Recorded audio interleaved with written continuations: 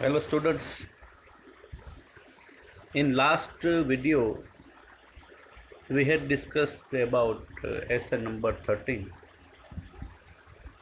અને paragraph writing કયો કે નિબંધ લેખન કયો બંને એક જ છે.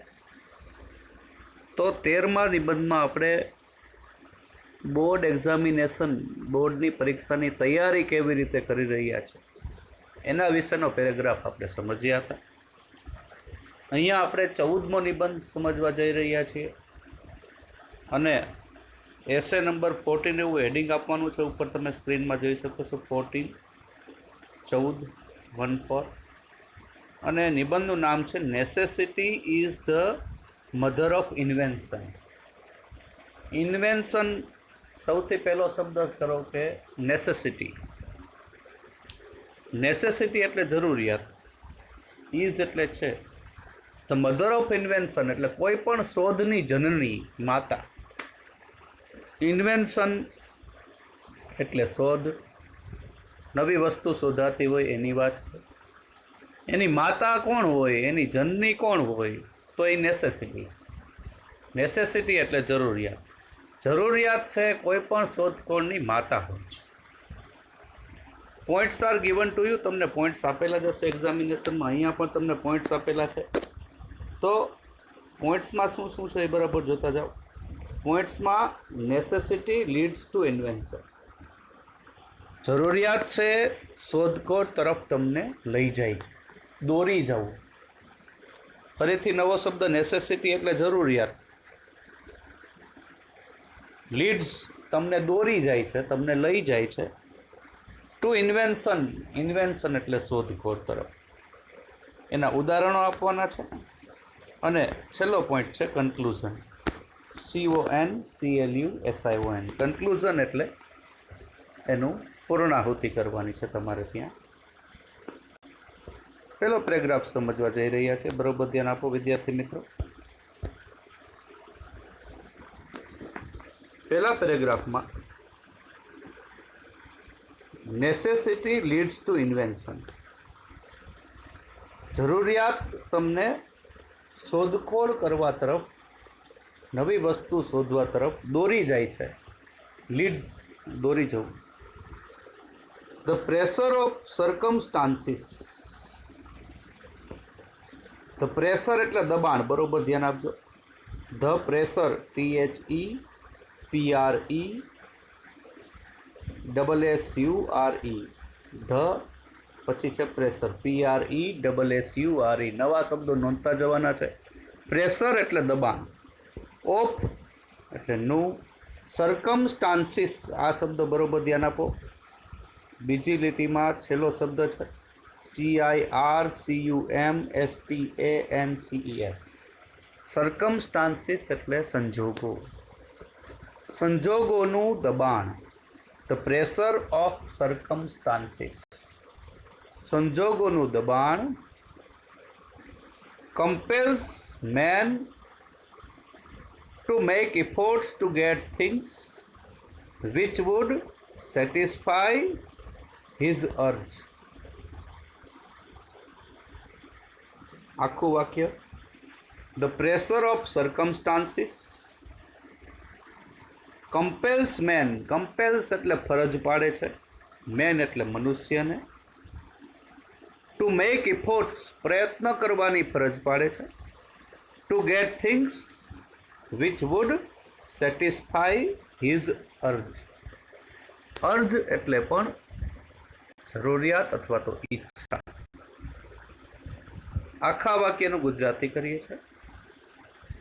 સંજોગોનું દબાણ મનુષ્યને તેની ઈચ્છા સંતોષવા માટેની વસ્તુઓ, ટુ ગેટ થિંગ્સ, ઈચ્છા સંતોષવા માટેની વસ્તુઓ બનાવવાના પ્રયત્નો કરવા માટેની ફરજ પાડે છે.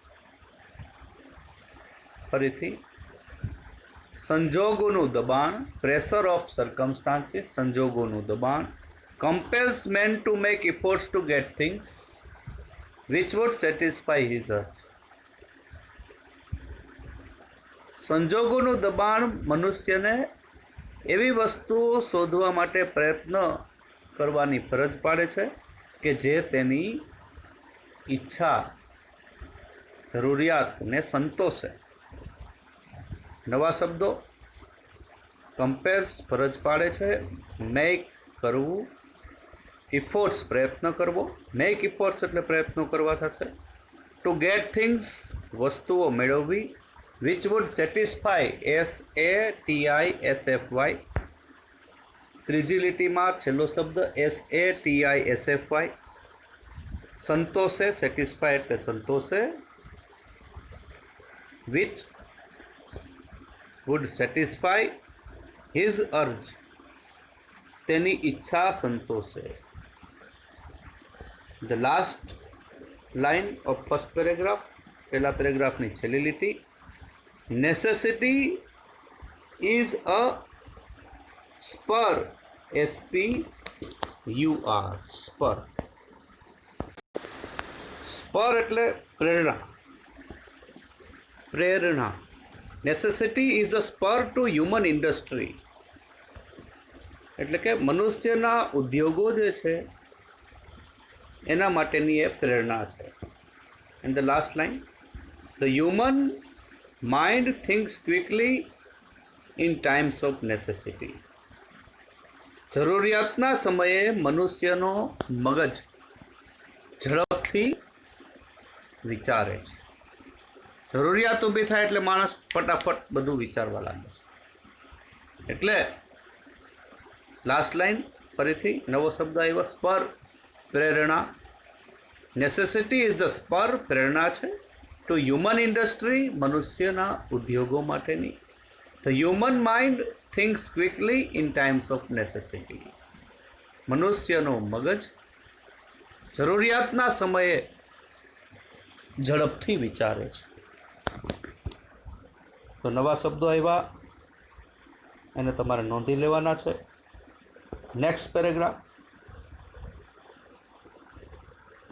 બરોબર ધ્યાન આપો.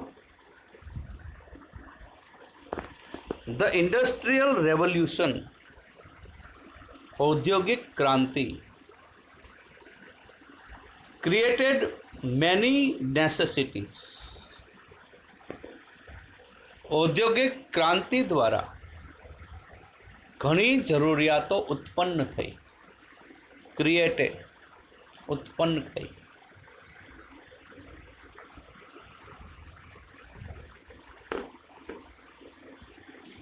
The steamships, airships, telephone, television, and other means of transport and communication have been invented because of industrial necessity.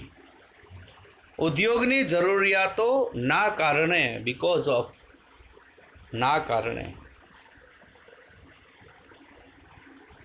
The steamships, વરાળથી ચાલતા વહાણો. એરશિપ્સ, હવાઈ જહાજો. Telephone, television, and other means of transport, વાહન વ્યવહારના બીજા સાધનો. એન્ડ કોમ્યુનિકેશન, માહિતી સંચાર ના સાધનો. Have been invented because of industrial necessity. ઔદ્યોગિક જરૂરિયાતના કારણે વાહન વ્યવહાર અને સંદેશા વ્યવહારના સાધનો શોધખોળ કરવામાં આવી. ના સાધનો શોધવામાં આવ્યા. ક્યાં ક્યાં? ધ સ્ટીમ શિપ્સ, વરાળથી ચાલતા જહાજો. એરશિપ્સ, હવાઈ જહાજો.